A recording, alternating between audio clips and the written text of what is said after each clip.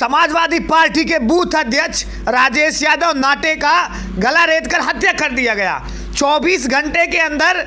अब दोस्तों ये है कि पुलिस ने आरोपियों का पर्दाफाश कर दिया या आरोपियों ने पुलिस का पर्दाफाश कर दिया, क्योंकि आमतौर पर जब किसी हत्याकांड का खुलासा किया जाता है तो बाकायदा प्रेस कॉन्फ्रेंस बुलाई जाती है, वहाँ पत्रकार बंधु रहते हैं, वो सभी सवाल जवाब करते हैं, इसके बाद पूरी तरीके से हत्याकांड का पर्दाफाश होता है। लेकिन दोस्तों हत्याकांड का जो पर्दाफाश हुआ वही सवालिया निशान खड़ा कर दिया। मैं आपको बताऊं, जौनपुर जिले के लाइन बाजार थाना क्षेत्र के परियाव गांव में बूथ अध्यक्ष राजेश यादव उर्फ नाटे यादव की गला काटकर हत्या कर दी जाती है। इसके बाद परिवार वाले आरोप लगाते हैं कि गांव के ही एक राहुल यादव नाम का लड़का, जो पहले ही प्रेम प्रसंग के मामले में उनकी भतीजी से कुछ उसका प्रेम प्रसंग था, धमकी दिया था कि जान से मार दूंगा। और इसके बाद राजेश यादव का एक हफ्ता बीतता है और उनका पूरा गला काटकर किसी खेत के किनारे गला काटकर फेंक दिया जाता है, जिसके बाद गांव वाले आक्रोशित हो जाते हैं। गांव वाले पूरी रूप से प्रदर्शन करते हैं। उसके बाद भारी पुलिस बल वहां पर तैनात किया जाता है। सातवाना दिया जाता है कि 24 घंटे के अंदर हम आरोपी को पकड़ेंगे। इसके बाद घर वालों की तरफ से तहरीर दी जाती है राहुल यादव के नाम से। फिर क्या था, 24 घंटे के अंदर पुलिस गिरफ्तारी करती है, राहुल यादव को गिरफ्तार करती है। उनके साथ मुखबिरी करने वाले बिट्टू यादव को भी गिरफ्तार करती है। बिट्टू और कृष्णा यादव को अभी भी पुलिस ये कह रही है 2-4 अभियुक्त अभी भी वांछित हैं, जिनकी पूरी तरीके से कोशिश की जाए। धरपकड़ के लिए टीमें तैयार की गई हैं।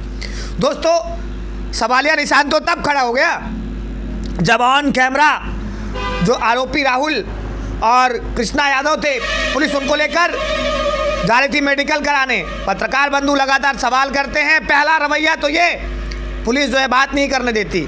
उसके बाद आग्रह पर 1 मिनट किसी प्रकार से चलते हुए बात करता है आरोपी राहुल। कहता क्या है दोस्तों, सुनकर तो आपके होश उड़ जाएंगे। उन्होंने ये भी कहा, उसने तो ये कहा जो हथियार प्राप्त है वो हथियार नहीं है, ये हथियार जब अपने तौर पर लाया गया है और उसी को कबूलनामे में कहा गया है। मुझे मारपीट कर, हम लोगों को मारपीट कर ये गुनाह जो है कबूल करने के लिए कहा गया है दोस्तों। उसके बाद उसने ये भी नहीं कहा, उसने प्रेम प्रसंग पर भी कहा कि हाँ प्रेम प्रसंग था, मैंने धमकी भी दी थी, लेकिन मुझे फंसाया जा रहा है, मैं इन सब में इन्वॉल्व नहीं हूँ, मैं उस टाइम अपने घर पे था जिस समय ये हत्याकांड हुआ था। दोस्तों इन सब के बीच पुलिस के मंसूबों पर सवाल तब खड़े हो जाते हैं कि आखिर वो पुलिस जो लगातार जो मौत के खुलासे करती है, हत्याकांड के खुलासे करती है, प्रेस कॉन्फ्रेंस बुलाती है, बाकायदा सवाल जवाब होते हैं, उसके बाद आरोपियों को जो है वो जेल में डाला जाता है। लेकिन यहाँ पुलिस ऐसा क्यों नहीं की? पुलिस ने एक वीडियो जारी किया मीडिया ग्रुप्स के दौरान, उन्होंने ये बाकायदा इस घटना का खुलासा किया वीडियो जारी करके। उसके बाद मेडिकल चेकअप के लिए जाते हुए जब मीडिया कर्मी पहुँचते हैं तो पहले मीडिया कर्मियों से बात नहीं की जाती पुलिस द्वारा। उसके बाद जब आरोपी से सवाल जवाब किए जाते हैं तो आरोपी किसी तरीके से ये अपनी बातें रख पाता है। उसके बाद पुलिस उसे लेकर मेडिकल चेकअप के लिए जाती है।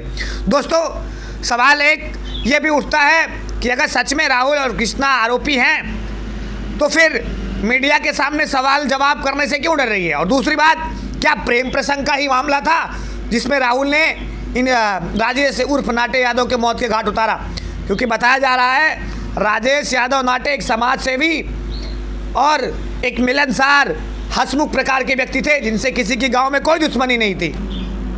दोस्तों दूसरा सवाल पुलिस पर यह उठता है कि क्या पुलिस के सामने ऑन कैमरा एक अपराधी ये बोल सकता है? क्या ये सच तो नहीं है? अगर सच है तो इसकी जांच कराई जाए। यहाँ तक आरोपी ने भी कहा कि इसकी निष्पक्ष जांच कराई जाए, हम लोग इसमें शामिल नहीं हैं, हमको फंसाया जा रहा है। दोस्तों पहली बात।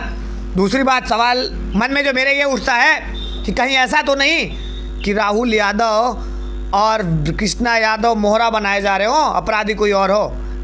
जांच ठीक तरीके से होनी चाहिए किसी भी मौत में। और मैं इसलिए ये बोल रहा हूँ, देखिए दोस्तों जिस तरीके से उस आरोपी ने खुलकर ये जवाब दिया, चेहरे पर सिकन भी नहीं थी, कहीं ना कहीं सवालिया निशान तो खड़ा कर ही रहा है। दोस्तों आप कहीं मत जाइए, बने रहिए, मैं सवाल पूछता रहूँगा, चाहे प्रशासन हो चाहे वो सरकार हो, आपकी आवाज़ लेकर आपके बीच आता रहूँगा।